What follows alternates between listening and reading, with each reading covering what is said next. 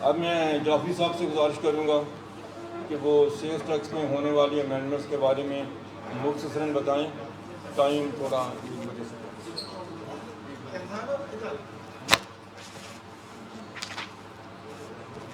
بسم اللہ الرحمن الرحیم. جناب صدر نبی صاحب، محمد اصغر خان نیازی صاحب، کمشنر صاحب اور دیگر معززین، خاص طور پہ ہمارے پریزیڈنٹ چیئرمین صاحب بھی تشریف رکھتے ہیں، ناظر صاحب بھی تشریف رکھتے ہیں، تو کافی بڑے نامور لوگ بیٹھے ہوئے ہیں ہم لوگ میں. یہ جو سیلز ٹیکس کا جو قوانین ہے نا پاکستان میں، اس کی ہسٹری یہ ہے کہ پاکستان میں سب سے پہلے سیل ٹیکس 1951 میں آیا تھا، اور یہ ڈائریکٹ ٹیکس نہیں تھا، انڈائریکٹ ٹیکس تھا. آج بھی اس کی یہی سچویشن ہے کہ وہ جب 51 کا سیلز ٹیکس جو ہے وہ ختم ہوا جا کے 1918 میں جا کے، اس کے بعد سیل ٹیکس کسٹم میں گیا ہوا تھا. اب 1990 سے سیل ٹیکس لا پھر دوبارہ ریوائیو ہو کے فریش طریقے سے آیا ہے. یہ بہت کم لوگوں کو پتہ ہے کہ پاکستان میں 1951 میں سیل ٹیکس آ چکا تھا. اچھا، دوسری بات مجھے آپ کو یہ بتانی تھی کہ جو سیل ٹیکس کی انٹرپریٹیشن دینی ہے، اس کے اوپر سرکولر 3 آ چکے ہیں ابھی 3 اگست کو.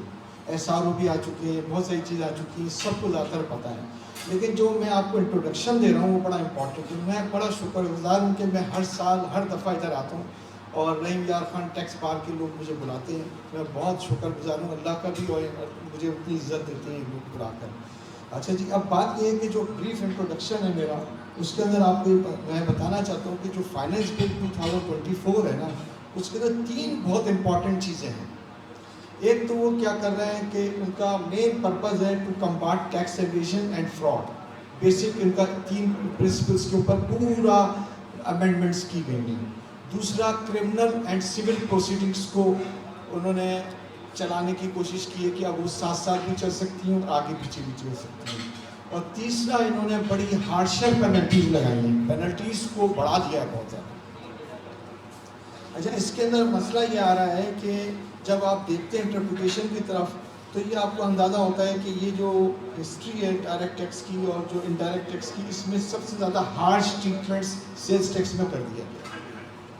سیل ٹیکس میں جو پہلا کانسیپٹ ہے کہ ہم لوگ جو ہیں وکلا، اس کو چونکہ سرکولر 3 بھی آ چکا ہے، اس میں انٹرپریٹیشن بھی آ چکی ہے، تو ہمارا کام صرف یہ ہوتا ہے کہ ہم اس کو انٹرپریٹ کریں یا اس کو اپلائی کرنے کے لیے کس طریقے سے اپلائی کرنا ہے وہ دیکھنا ہوتا ہے.